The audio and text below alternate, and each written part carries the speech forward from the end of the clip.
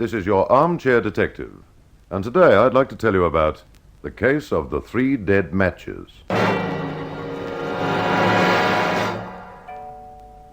Merton Conabeer was what is popularly known as a crank.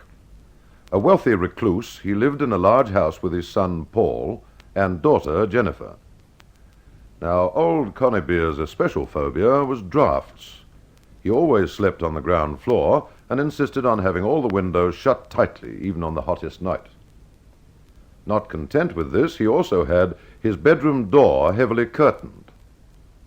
An arrogant despot, Conabeer expected his slightest wish to be law.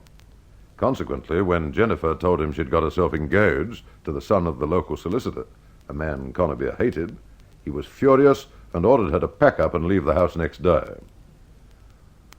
Paul also clashed continually with his father, and the old man had recently threatened to cut him out of his will. Incidentally, there was another son, a spendthrift, Hubert, but he lived in a flat across the street.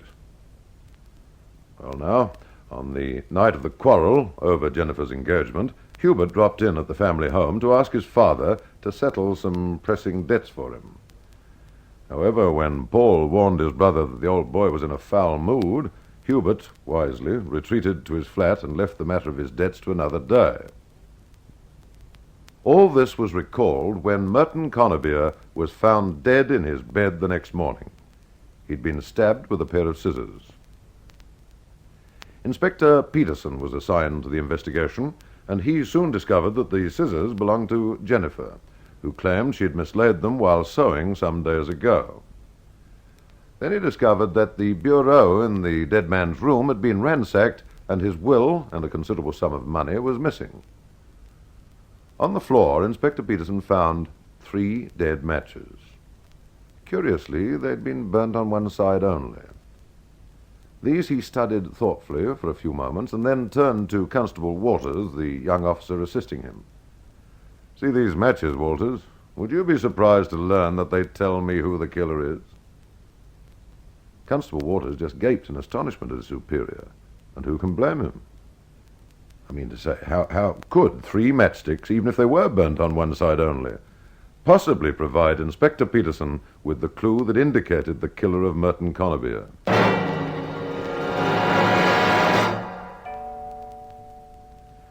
You will recall that the matches were burnt on one side only. Well, this meant that they'd been struck by someone standing in a strong wind. Now, you will also remember that Merton Conabeer hated draughts so much he always had his bedroom heavily curtained and his windows shut tight. Very well, then.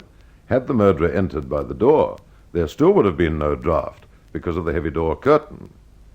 So this was obviously an outside job, and the members of the household were cleared. This left only son Hubert, who lived across the way. He'd been forced to make his entry via the window, hence the draught, and hence the telltale burn marks on one side of the matches only, and hence the hempen noose that put an end to Hubert Conabeer's life.